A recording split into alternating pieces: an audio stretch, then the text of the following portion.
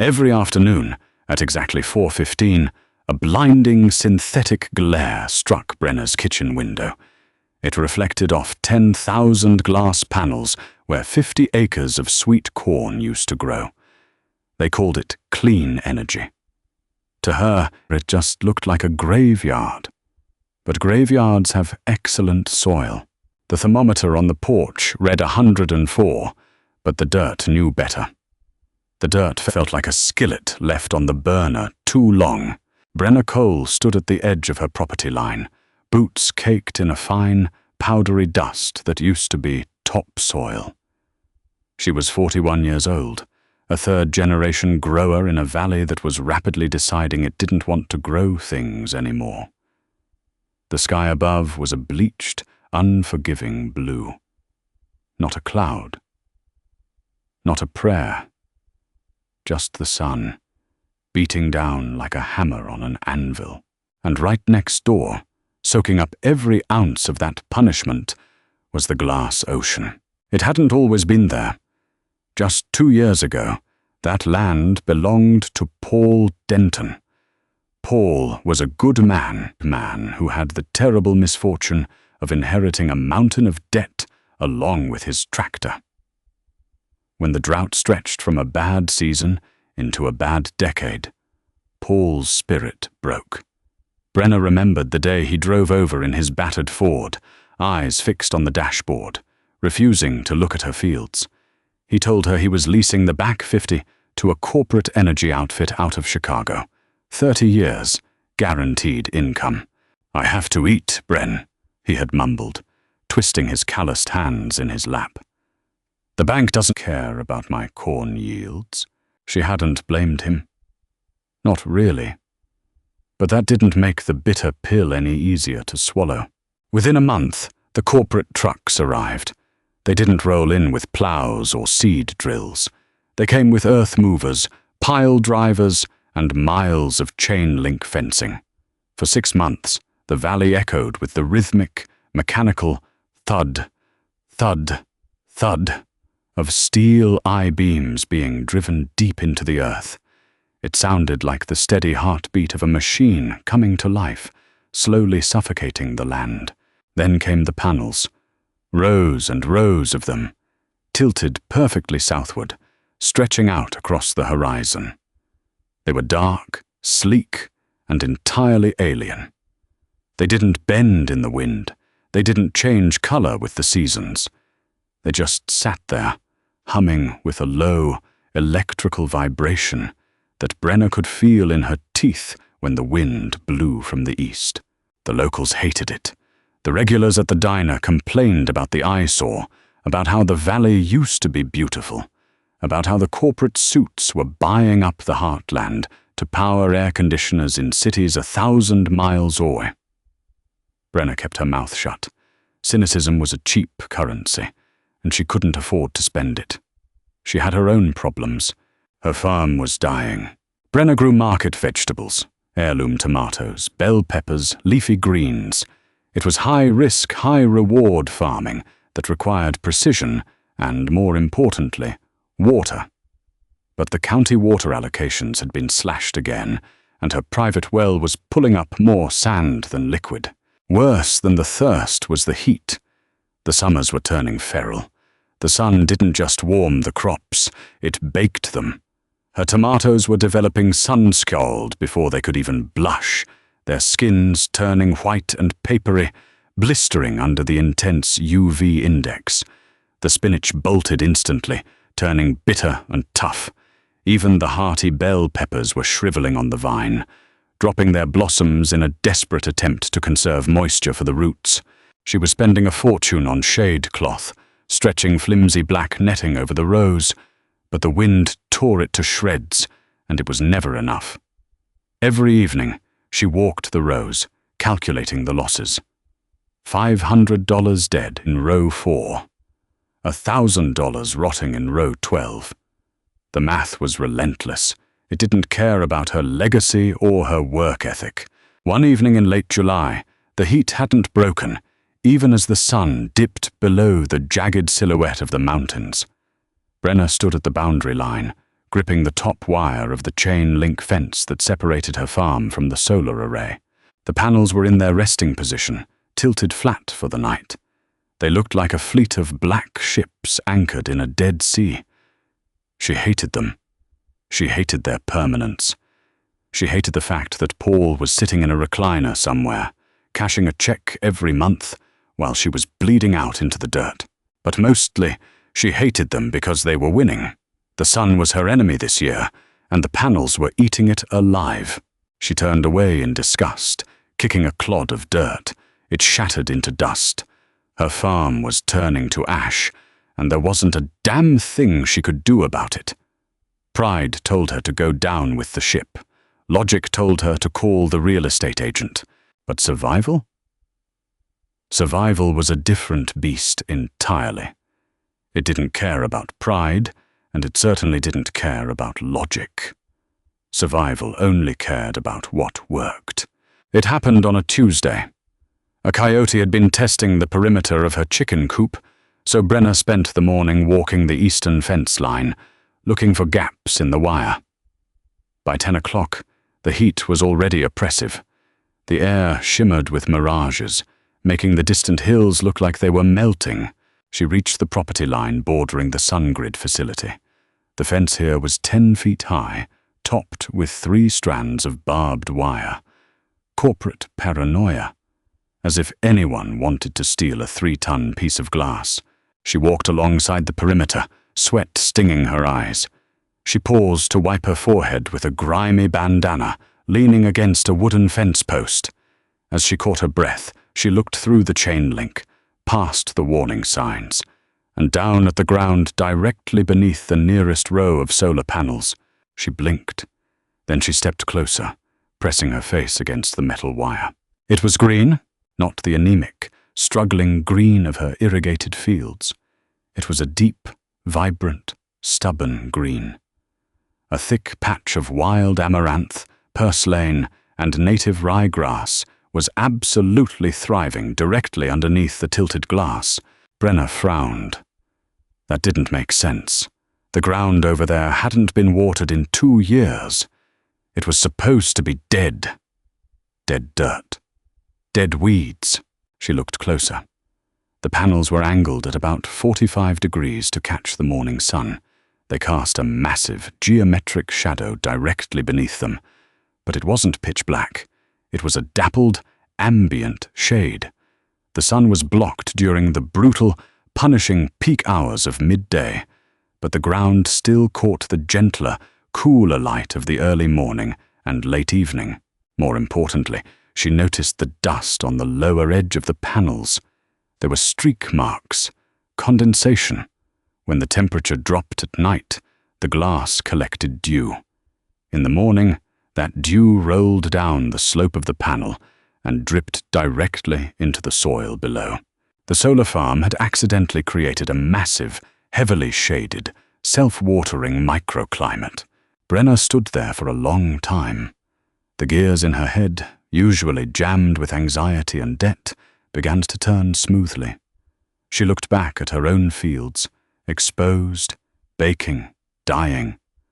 Then she looked back at the lush, unbothered weeds thriving under the corporate glass. Irony was a bitter taste, but this tasted like a lifeline. She didn't wait to think it through. Thinking led to doubt.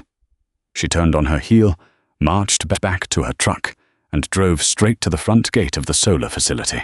The site office was a double-wide trailer sitting on cinder blocks in a gravel lot. A massive air conditioning unit hung out of the window, dripping condensed water onto the rocks. Brenna parked her dust-covered Chevy next to a pristine white Ford Raptor, killed the engine, and walked up the aluminum steps. She pushed the door open. The blast of cold air was so intense it gave her goosebumps. Behind a cheap folding table sat a man in his early 30s. He wore a company-branded polo shirt, khakis, and the distinct expression of a man who was bored out of his skull. He was staring at a laptop, a half-empty bottle of expensive spring water sweating on the desk beside him. "Can I help you?" he asked, looking up. He took in her muddy boots, her sun-damaged skin, the sweat stains on her denim shirt. "You the site manager?" Brenner asked, her voice raspy from the dust. "Derek Lawson," he said, offering a practiced corporate smile that didn't reach his eyes. "If this is about the noise from the inverters, I have complaint forms." "I don't care about the inverters," Brenner cut him off, stepping further into the trailer. She didn't sit down. "I care about the fire hazard you're growing under Section 4, Derek's smile faltered. He blinked, clearly confused. "Excuse me?" "Section 4, southwest corner," Brenner lied smoothly, knowing he likely rarely left the air-conditioned trailer. "You've got a massive weed problem under the panels. Pigweed, ryegrass, some of it's waist-high. When that dries out in August, one spark from a faulty junction box, and this whole multi-million-dollar array goes up in smoke." Derek sat up straighter, his corporate calm slipping. He reached for a walkie-talkie. "I'll have the grounds crew." "You don't have a grounds crew, Derek," Brenner said, leaning her hands on his folding table.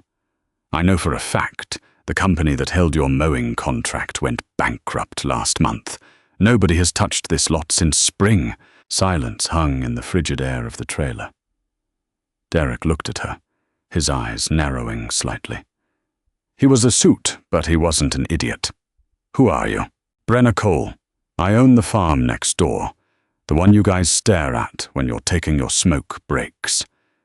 She pulled out the chair opposite him and finally sat down, uninvited. "You have a maintenance problem. I have a farming problem. I'm here to offer you a solution that makes both of us look good." Derek crossed his arms. "I'm listening." "You need the ground under those panels kept clear to avoid fire liabilities and to keep the insurance adjusters off your back," Brenner said, her voice steady, authoritative. "But you can't spray herbicides because of the county watershed regulations, and you can't get heavy tractors in there to mow because the panel rows are too tight." Derek didn't confirm or deny it, but the slight twitch in his jaw told her she had hit the nail on the head. "I want to farm it," Brenner said. Derek stared at her. For a second, she thought he was going to laugh.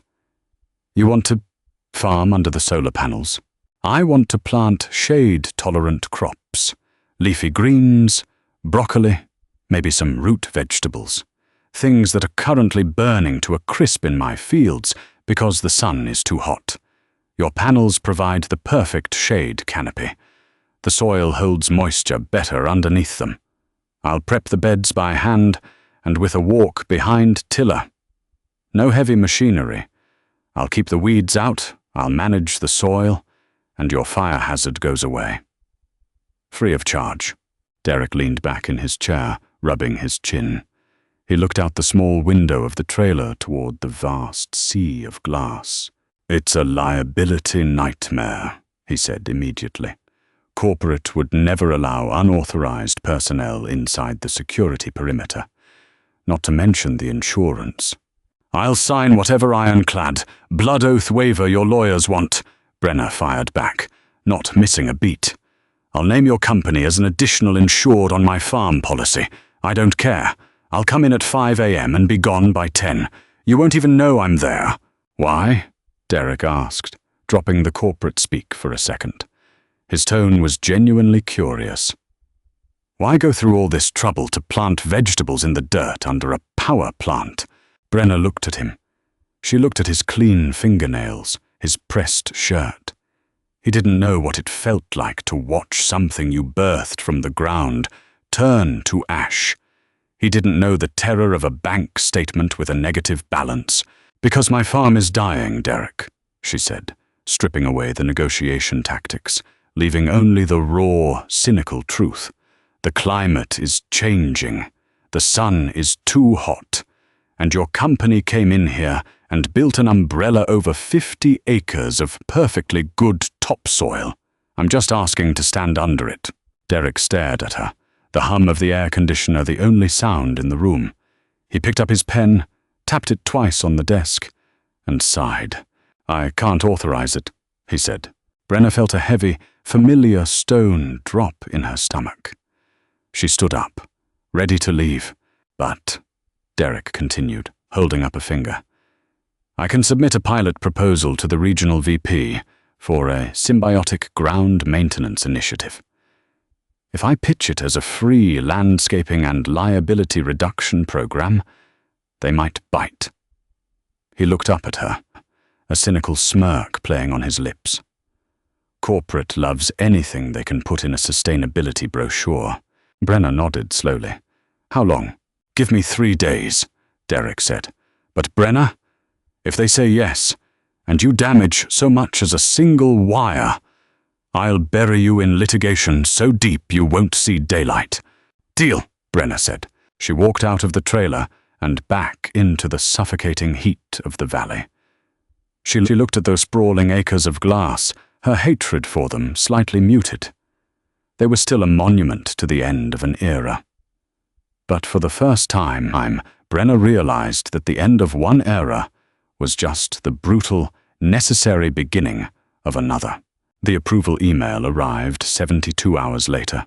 It was 4 paragraphs of dense corporate legalese, ending with a digital signature from a vice president of regional sustainability in Chicago, who had likely never touched a shovel in his life.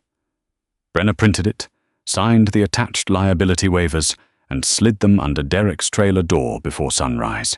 By 5 a.m. the next morning, she was through the chain-link gates. She didn't bring a tractor.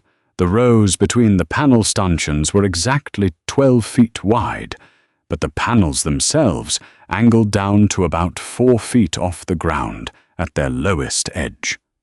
A cab tractor would shatter the glass and end her experiment on day 1. Instead, she brought a 2-wheel, walk-behind BCS tiller. It was a vicious, heavy piece of Italian machinery that required brute force to wrestle through hard dirt. She pulled the starter cord. The engine coughed, spat a ring of blue smoke, and roared to life. The sound bounced off the glass canopy, sharp and metallic. The first week was pure, unadulterated misery. The soil beneath the panels had spent 2 years compacted by construction equipment and baked dry before the weeds took over.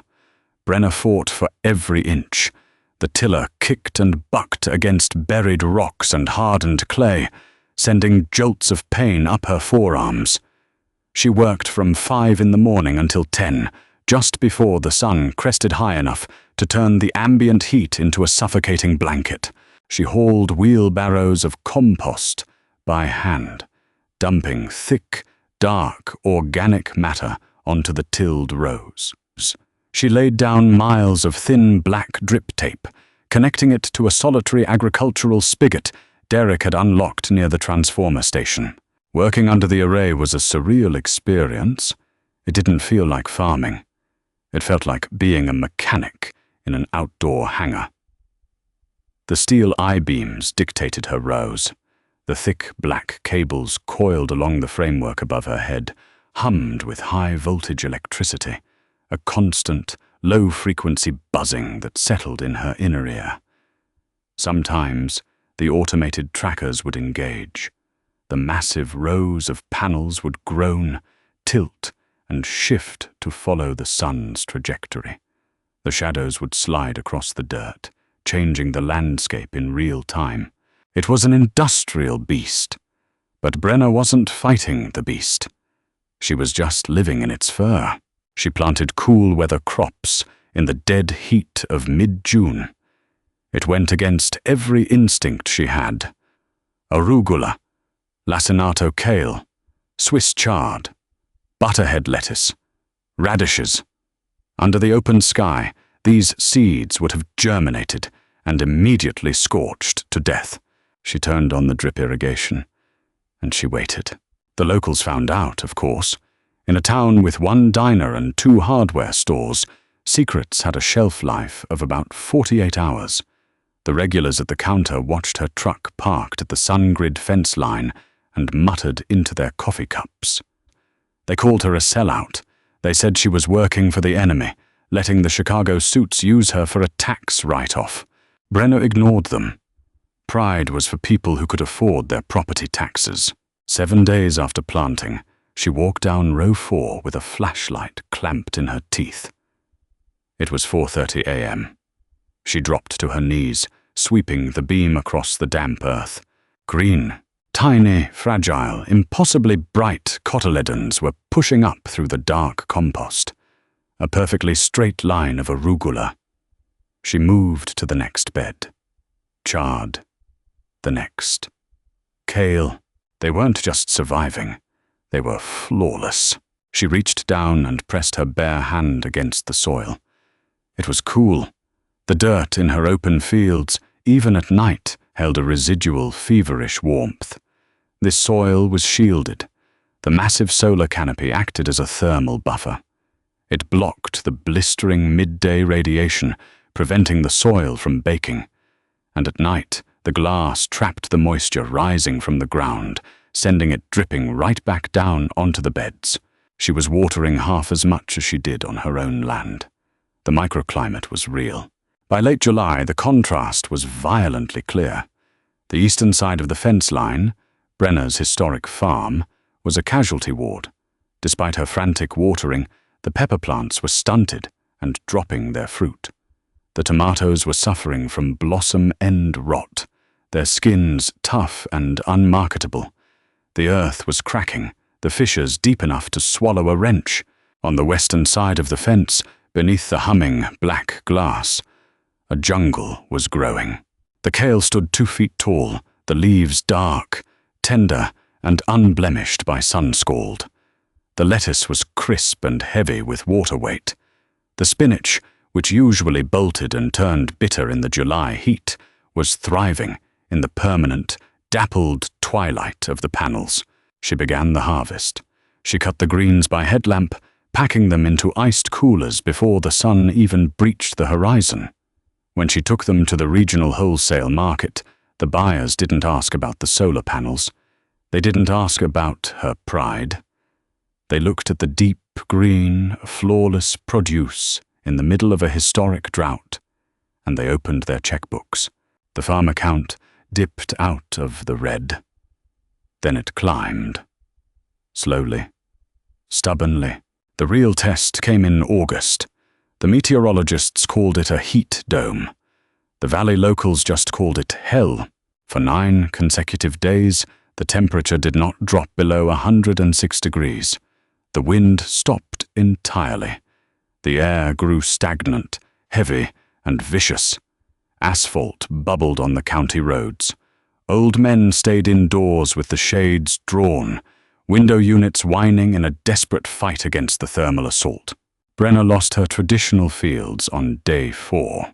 She walked the rows of her open property, feeling the heat radiate through the soles of her boots. The tomato vines were brown and brittle, snapping like dry twigs when she brushed past them.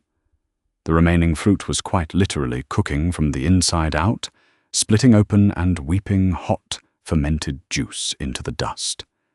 It was a total loss. Tens of thousands of dollars, gone in less than a week. She didn't cry. She was too dehydrated, too exhausted. She just stared at the dead plants, feeling the heavy, suffocating weight of a changing world pressing down on her shoulders.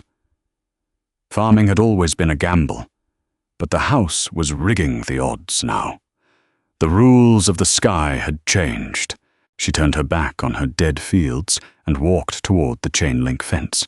She unlocked the gate and stepped into the shade. The temperature drop was instantaneous. It was easily 15 degrees cooler beneath the glass. The air felt different here, heavier with moisture, breathing instead of burning. The solar trackers were angled steeply to catch the brutal midday sun, throwing long, deep shadows over her crops. Brenner walked down the rows. The charred leaves were massive, their red and yellow stems glowing faintly in the diffused light. The kale was stoic, upright, completely indifferent to the apocalypse happening 50 yards away. The moisture from her drip tape remained in the soil, trapped by the canopy above. She dropped to her knees in the dirt. She reached out and snapped a leaf of crisp, cold romaine lettuce. She brought it to her mouth and chewed. It was sweet.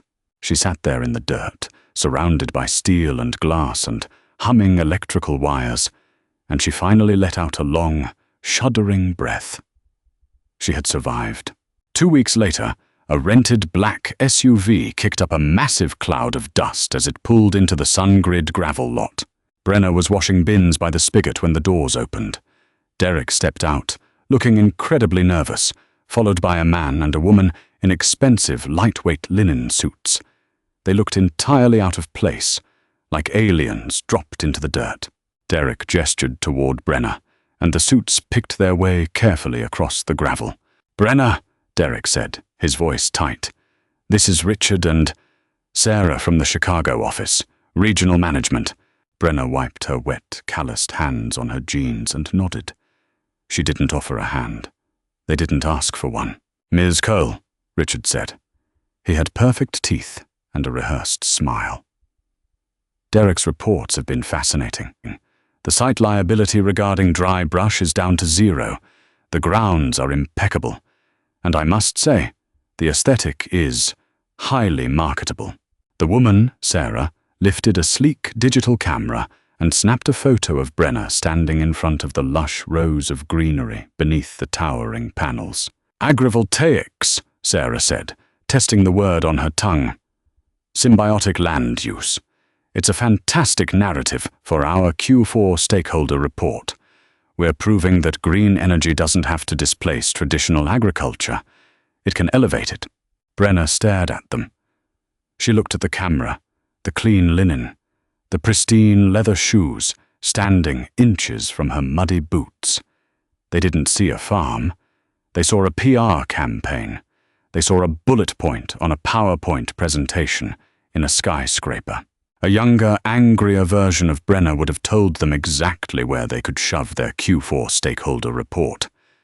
She would have pointed out that they didn't build this to save her. They built it to make money, and she was just a convenient parasite clinging to their hull. But the younger, angrier Brenner was broke. This Brenner had a positive bank balance and a future.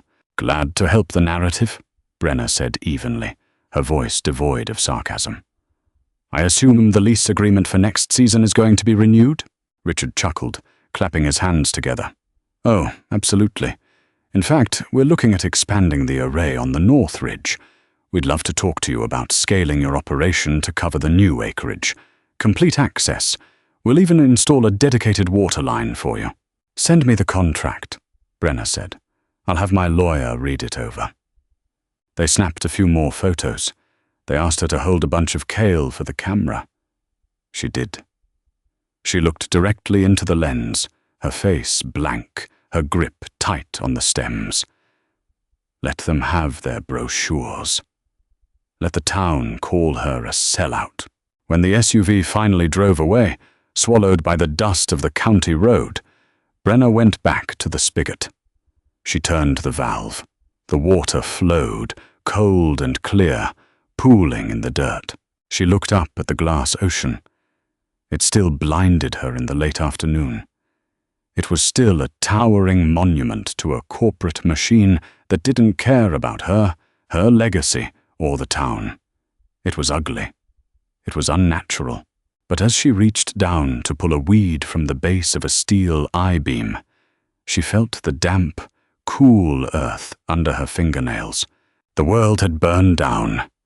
Brenner just decided to plant in the ashes. If this story of grit, adaptation, and survival in the changing heartland resonated with you, don't keep it to yourself. Hit that like button to support more grounded, human stories like Brenner's. Share this video with someone who understands that true resilience isn't about fighting the future. It's about finding your place in it. And make sure you subscribe and ring the bell so you never miss our next deep dive into the stories that matter. See you next time.